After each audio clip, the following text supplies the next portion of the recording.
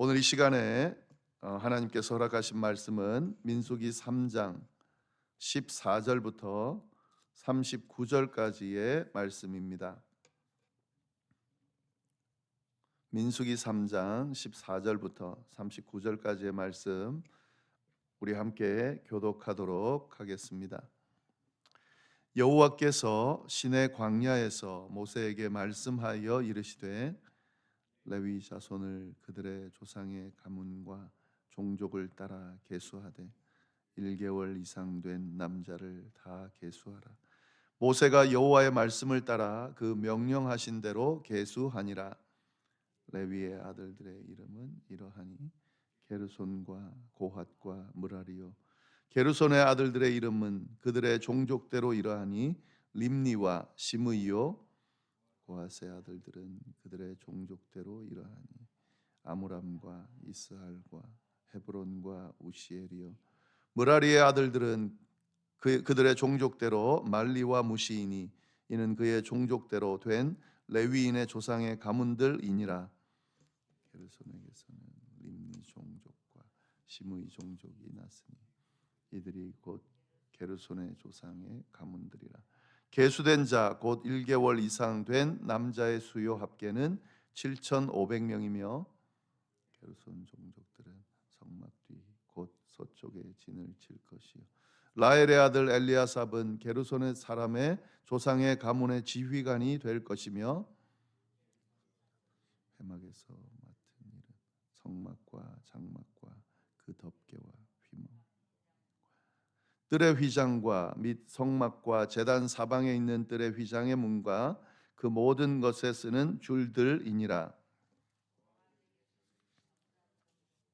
이스라엘 종족, 헤브론 종족과 우시엘 종족이 났으니 그들은 곧 고핫 종족들이니 계수된 자로서 출생 후 1개월 이상 된 남자는 모두 8,600명인데 성소를 맡을 것이며 성막 남쪽에 진을 칠 것이.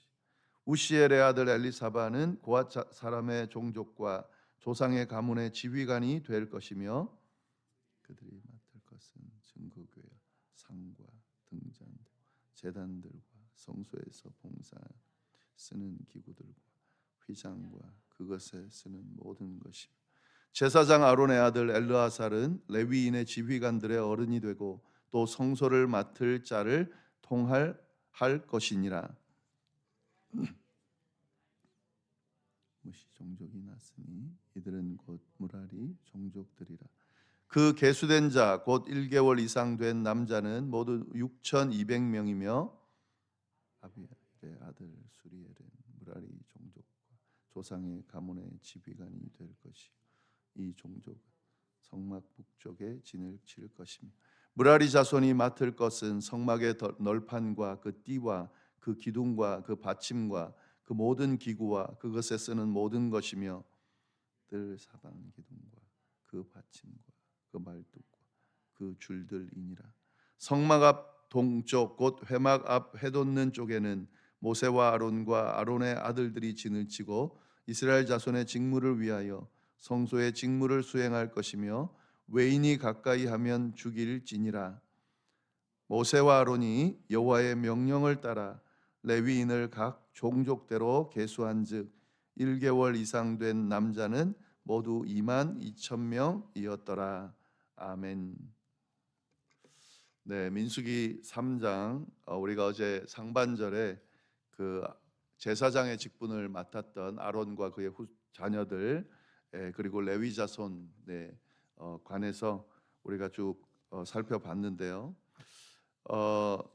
오늘은 이 레위 자손의 인구 조사 좀 더 구체적으로 레위 자손이 어떤 어느 정도의 인원이 있는지 이걸 살펴보면서 이 레위 자손에게는 세 아들이 있습니다. 그 세 아들들과 그 자손들에게 어떤 역할들이 맡겨지는지 그에 대한 내용이 쭉 나옵니다.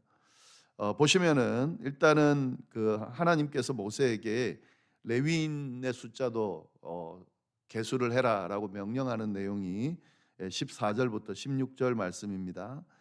앞에서 이스라엘의 그 20세 이상 되는 전쟁에 참여할 수 있는 남자들 인구를 계수해라라고 명령하셨는데, 이렇게 그 인구 외에 레위 자손의 인구를 계수하라고 이렇게 특별히 명령하시는 것을 알 수 있습니다.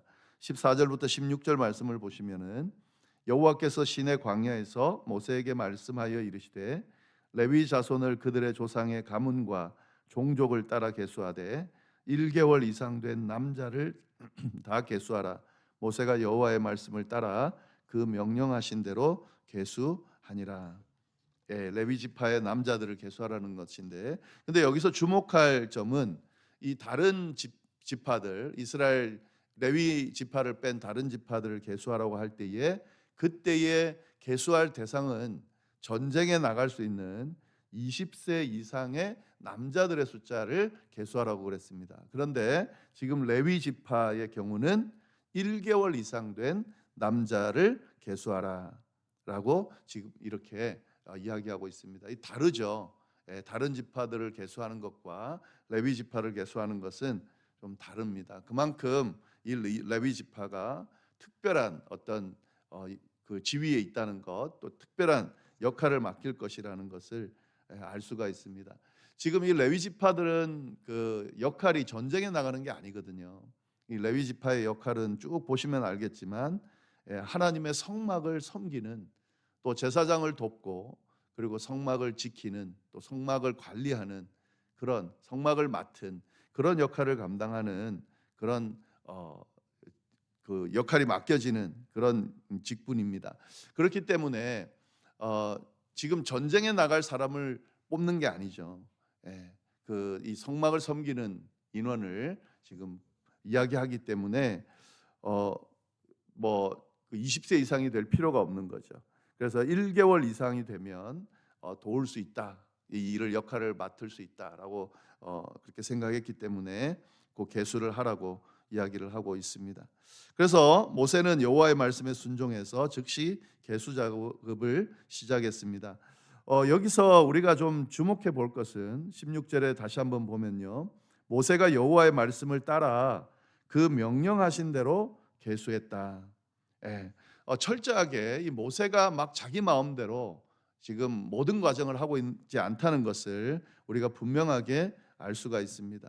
철저하게 하나님의 말씀대로, 하나님의 말씀이 주어진 명령대로 모세가 여러 이 일들을 진행하고 있다는 것을 알 수가 있습니다.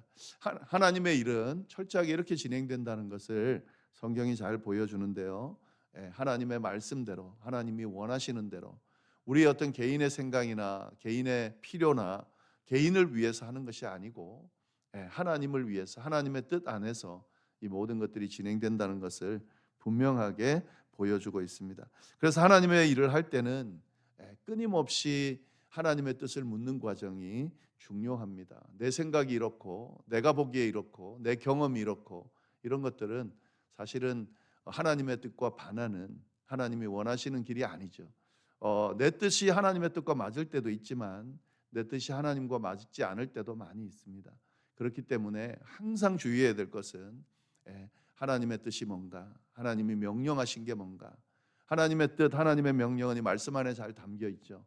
말씀이 원하시는 방향이 뭔가를 항상 묻고 그 뜻 안에서 진행하는 것이 필요하다라는 것을 오늘 말씀을 통해서 알 수가 있습니다. 네, 그리고 17절부터 20절까지 쭉 보면 레위의 세 아들이 있고 그 자손들이 있다는 것을 알 수가 있습니다. 쭉 보면은요, 레위에게는 세 아들이 있는데 게르손과 고핫과 므라리가 있습니다. 그리고 그들의 또 자손들이 있죠. 그래서 이렇게 레위 지파는 세 가문을 이루고, 그리고 이 세 자녀들을 중심으로 그렇게 쭉 그 레위 지파의 가문이 이어지는 것을 볼 수 있는데, 이 세 자녀들 또 그 가문들을 중심으로 역할이 구분되어져서 맡겨지는 것을 볼 수가 있습니다. 레위 지파라고 해서 다 똑같은 게 아니고요. 레위 지파 중에 이 게르손 가문, 고핫 가문, 므라리 가문이 다 각자 다른 직무를 맡는다는 것을 알 수 있습니다. 성막을 관리한다. 그러면은 성막을 모든 레위 지파가 마음대로 관리하느냐? 그게 아니라는 거죠. 그들에게 맡겨진 직무가 쭉 있습니다. 그래서 그 직무를 우리가 주의 깊게 볼 필요가 있는데요. 게르손 자손에게는 어떤 임무가 주어졌는지 이 길기 때문에 본문을 다시 다 읽을 수는 없고 21절부터 보시면은요. 21절에 21절부터 26절까지가 이 게르손 자손에게 주어진 임무입니다.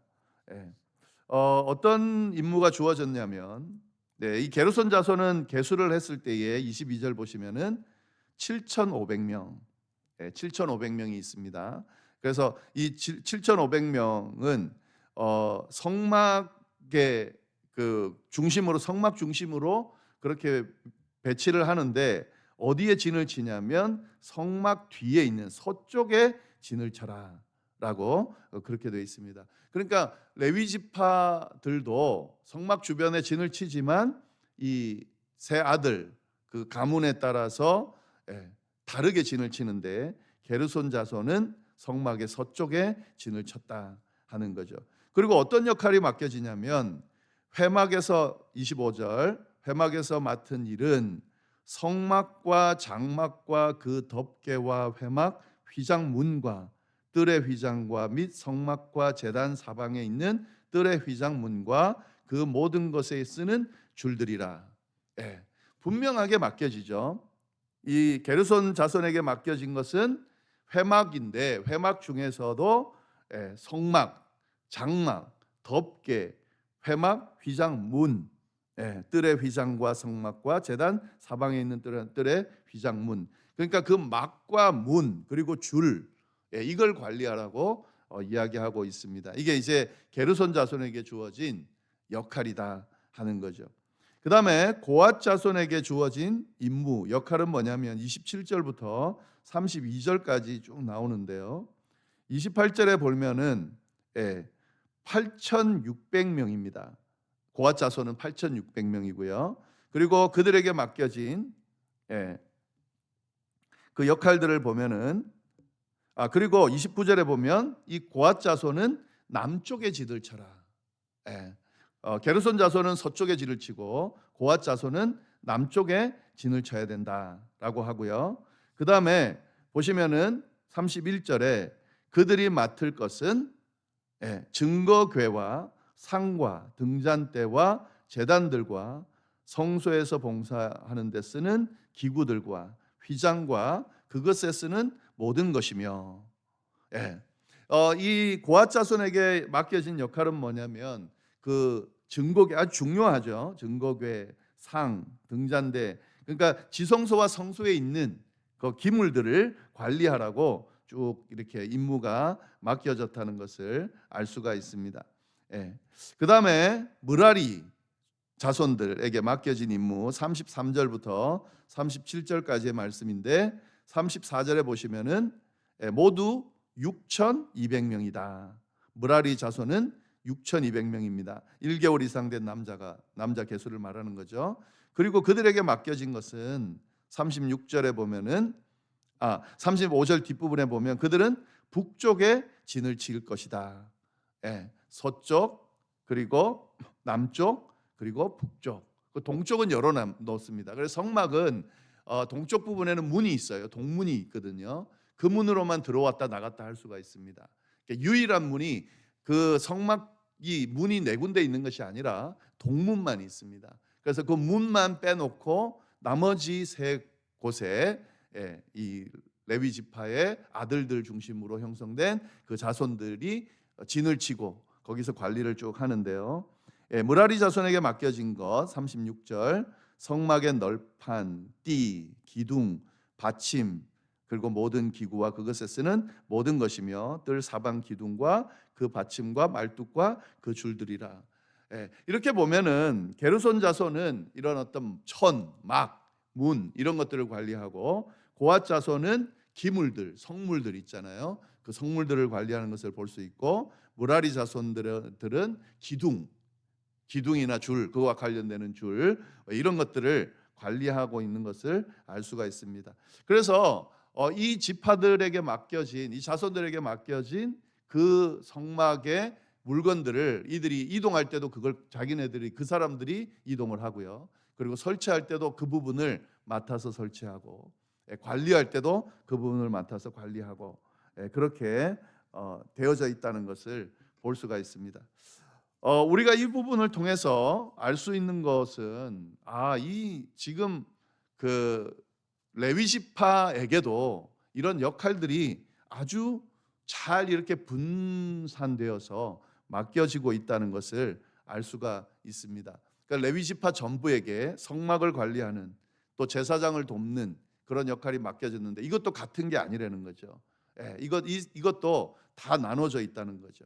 어떤 지파는 그 성막의 그 천 부분을 관리하고, 성물을 관리하고, 기둥을 관리하고, 다 이렇게 맡겨진 것들이 있다 하는 거죠. 각자의 역할이 다르고 그 역할을 중심으로 그렇게 이 모든 것들이 진행되고 있다는 것을 알 수가 있습니다.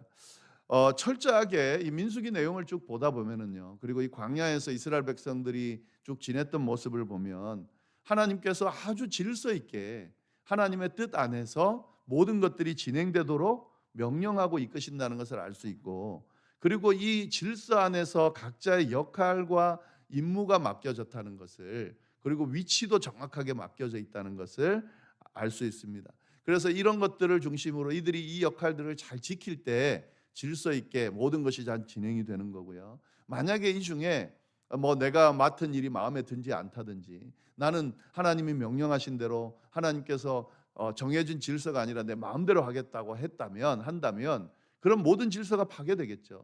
그러면 광야에서 그 40년 동안 수백만이나 되는 그 인원들이 그 역할들을 잘 감당하면서 생존하기가 힘들었을 겁니다. 그러나 그 이스라엘 백성들은 이 하나님의 뜻을 잘 분별했고요. 그 뜻대로 잘 질서 있게, 물론 하나님의 뜻에 순종하지 않는 모습도 많이 보였지만, 그래도 큰 맥락 안에서는 이들이 하나님의 뜻을, 하나님을 두려워하고 하나님의 뜻을 분별하고 그 뜻대로 따르려고 애를 썼기 때문에 그 광야에서 삶을 오랜 기간 동안 잘 감당해낼 수 있었다라는 것을 우리가 볼 수가 있습니다. 이 모습은 결국 오늘날 교회를 구성하고 있는 우리에게 고스란히 적용되는 거죠.